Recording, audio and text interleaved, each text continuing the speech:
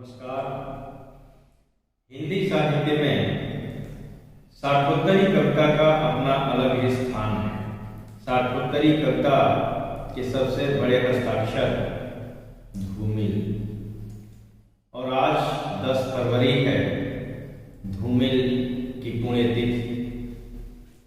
धूमिल उन साहित्यकारों में से एक हैं जो बहुत कम समय तक इस दुनिया में रहे, लेकिन उन्होंने जो कुछ भी साहित्य को दिया वह एक अपना अमिट छाप छोड़ गया।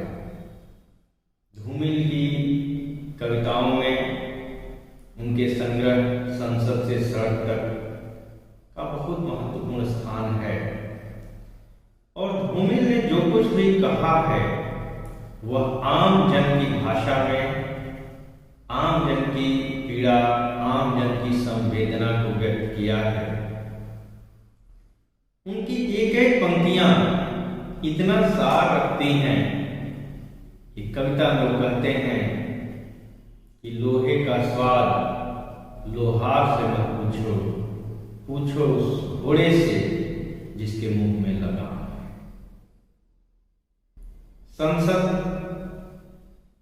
की जो पीड़ा है, आम जन की आवाज को संसद में नहीं उठाया जाता, बल्कि आम जन की संवेदनाओं से घेरा जाता है, उस पर कवि कहता है कि एक तीसरा आदमी है जो न रोटी बेलता है न रोटी खाता है। वह तीसरा आदमी कौन है? हमारे देश की संसद मौन है। धूमिल की रचनाओं में मोचीराम एक ऐसी रचना है उनकी जो उनके काव्य का प्रतिनिधित्व करती है, जहां समाज का एक ऐसा वर्ग जो पूरी तरह से कोई उस पर ध्यान नहीं देता। मोची, उसके पास क्या है? एक रापी है, सूजा है, कुछ धागे हैं, एक मरम्मत किया हुआ टूटा हुआ चप्पल है, और उसके सहारे वह बैठ करके जन की सेवा में लगा रहता है। उसके सामने जो जूते आते हैं, उन जूतों के आधार पर वह लोगों की हैसियत को समझता है। आज धूमिल को याद करते हुए वही मोचीराम कविता मैं आप लोगों के समक्ष प्रस्तुत कर रहा हूं। रापी से उठी हुई आंखों ने क्षण भर टटोला, और फिर जैसे पतियाए हुए स्वर में वह हंसते हुए बोला, बाबूजी सच कहूं मेरी निगाह में न कोई छोटा है न कोई बड़ा है। मेरे लिए हर आदमी सिर्फ एक जोड़ी जूता है जो मेरे सामने मरम्मत के लिए खड़ा है। और असल बात तो यह है कि वह चाहे जो है, जैसा है, जहां कहीं है, आजकल कोई आदमी जूते की नाप से बाहर नहीं। फिर भी मुझे ख्याल रखता है कि पेशेवर हाथों और फटे हुए जूतों के बीच कहीं न कहीं एक अदद आदमी है जो जूते से झांकती हुई अंगुली की चोट छाती पर हथौड़े की तरह सहता है। यहां तरह तरह के जूते आते हैं और आदमी की अलग अलग नवैयत बतलाते हैं। सबकी अपनी अपनी शक्ल है, अपनी अपनी सूरत है, अपनी अपनी शैली है। मसलन एक जूता है। जूता क्या है? चकत्तियों की थैली है। इसे एक आदमी पहनता है, जिसे चेचक ने चुग लिया है। उस पर उम्मीद को तरह देती हुई हंसी है, जैसे टेलीफोन के खंभे पर कोई पतंग फंसी है और खड़खड़ा रही है। बाबूजी, इस पर पैसा क्यों फूंकते हो? मैं कहना चाहता हूं, मगर मेरी आवाज लड़खड़ा रही है। मैं महसूस करता हूं, भीतर से एक आवाज आती है, कैसे आदमी अपनी जात पर थूकते हैं? आप यकीन करें, उस समय मैं चकत्तियों की जगह आंखें टांगता हूं और पेशे में पड़े हुए आदमी को बड़ी मुश्किल से निभाता हूं। एक जूता और है जिससे पैर को नाद कर एक आदमी निकलता है सैर को। न वह अक्लमंद है, न वक्त का पाबंद है। उसकी आंखों में लालच है, हाथों में घड़ी है। उसे जाना कहीं नहीं है, मगर चेहरे पर बड़ी गड़बड़ी है।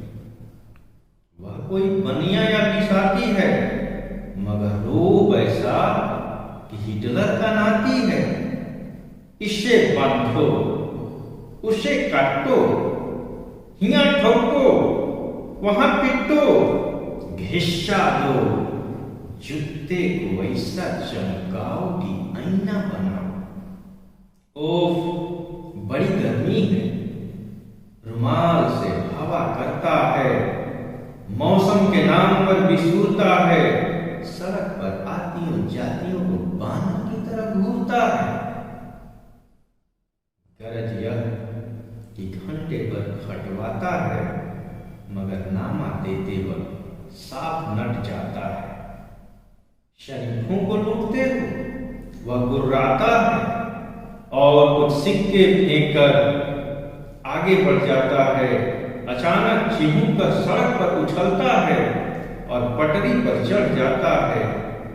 चोट जब पेशे पर पड़ती है तो कहीं न कहीं एक चोरकील दबी रह जाती है, जो मौका पाकर उभरती है और अंगुली में गड़ती है।